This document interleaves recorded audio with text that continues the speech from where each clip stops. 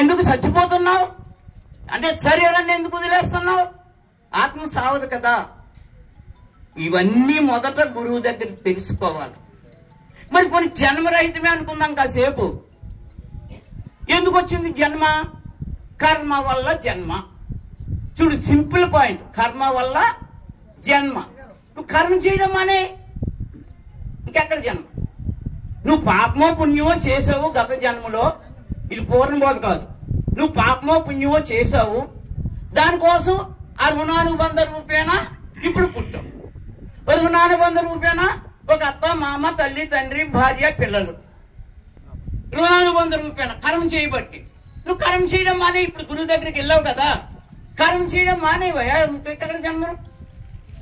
మరి రాము అడుగుతాడు అప్పుడు, నాయన కర్మ చెయ్యకపోతే మన పిల్లలకు తిండి ఎక్కడ వస్తుంది, నాకు తిండి ఎక్కడ వస్తుంది, నా పిల్లలు పెళ్ళి ఎవరు చేస్తాడు నాయన కర్మ చేయకపోతే? అంటే మనం చనిపోయే వరకు కర్మ చేస్తూనే ఉంటాం, ఇంకా ఎక్కడ జన్మరహితం? అయితే ఇందులో ఉన్న మర్మం ఏంటంటే, నీవు శరీరంతో ఉన్నంత కాలము చేసిన కర్మ నీకు అంటకూడదు. నువ్వు కర్మ చేస్తూనే ఉంటావు కానీ నీకు అంటకూడదు, మళ్ళీ జన్మించకూడదు. మరి ఏ రకంగా చేస్తే కర్మ అంటది నీకు? భగవద్గీతలో అర్జునుడు తీసుకోవాలి అక్కడ. లేకపోతే తనువన్నదానములు మన గురువుకి ఇచ్చాం కాబట్టి నువ్వు ఏ కర్మ చేస్తున్నా, ఉదయం లేచిన దగ్గర నుంచి సాయంత్రం మంచం మీద పడే వరకు నువ్వు ఏ కర్మని చేస్తున్నా, ఏం చేస్తున్నా నాదేమీ లేదు, అంతా సద్గురుమూర్తిది. ఎందుకు? తనుమనదానములు గురువుకి సమర్పించేసి నువ్వు లేనుడు అయిపోయావు కాబట్టి. మరి అంతకుముందు చేసినవి ఉన్నాయి కదా కొన్ని మన వెనకాల మూట. ఆ మూట తరగాలంటే తెల్లవారుజామున లేవాలి, గురుమాల మంత్రం చదవాలి, జపం చేయాలి, నీ స్వస్వరూపాన్ని నువ్వు దర్శించుకోవాలి.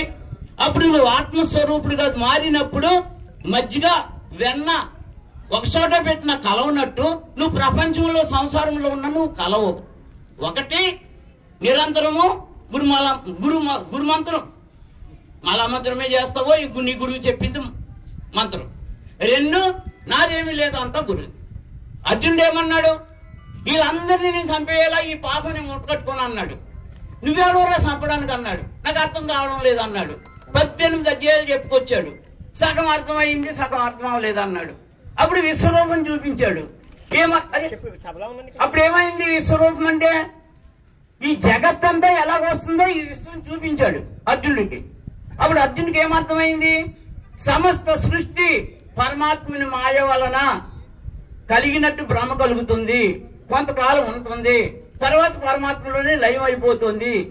కాబట్టి మొత్తం సమస్త సృష్టి పరమాత్మ చేతిలో ఉండగా నేను పనికి మళ్ళీ అందరినీ నేను చంపేయాలన్నానేంటి అని అర్థమయ్యి అప్పుడు నిష్కామ కర్మ చేసి నాదేమీ లేదు అంతా పరమాత్మే చేయిస్తున్నాడు అన్నాడు. ఇప్పుడు కూడా అంతే. మనం మీరు పెద్ద పెద్ద గ్రంథాలు చదవక్కర్లే, పెద్ద పెద్ద ఉపన్యాసాలు ఇవ్వక్కర్లే. ఉపన్యాసాలు ఇవ్వడం వల్ల తెలివి పెరుగుతుంది, జ్ఞానం పెరుగుతుంది, అహంకారం వస్తుంది. అలాగా అహంకారాన్ని జయించి కూడా వచ్చే వాళ్ళు ఉన్నారు కొంతమంది. చెప్పడానికి మాత్రమే వాళ్ళు అహంకారాన్ని ప్రదర్శిస్తారు కాబట్టి వాళ్ళకి నేననేది ఉండదు. అందుకని మన సాంప్రదాయం చాలా సింపుల్. నీవెవరో నువ్వు తెలుసుకో, నేనే ఆత్మను, అయిపోయే. రెండు, నాదేమీ లేదు అంతా సద్గురుమూర్తే. అంటే చేయించేది ఆయనే, చేసేది ఆయనే. ఇంకా పైకి వెళ్ళిపోతే పరిపూర్ణ బోధకి అసలు నేను పుట్టనే లేదు కదా. కళలో తోచినట్టు తోసినోడికి ఇంక జన్మ ఎక్కడిది, బాధలు ఎక్కడి, భార్య ఎక్కడిది? కళలో తోచినట్టు తోచాం మనం. కళ చెదిరిపోతే స్వప్నం పోయింది. ఇప్పుడు అది ఒక రాత్రి కళ అయితే ఇది ఒక 70-80 సంవత్సరాల కళ.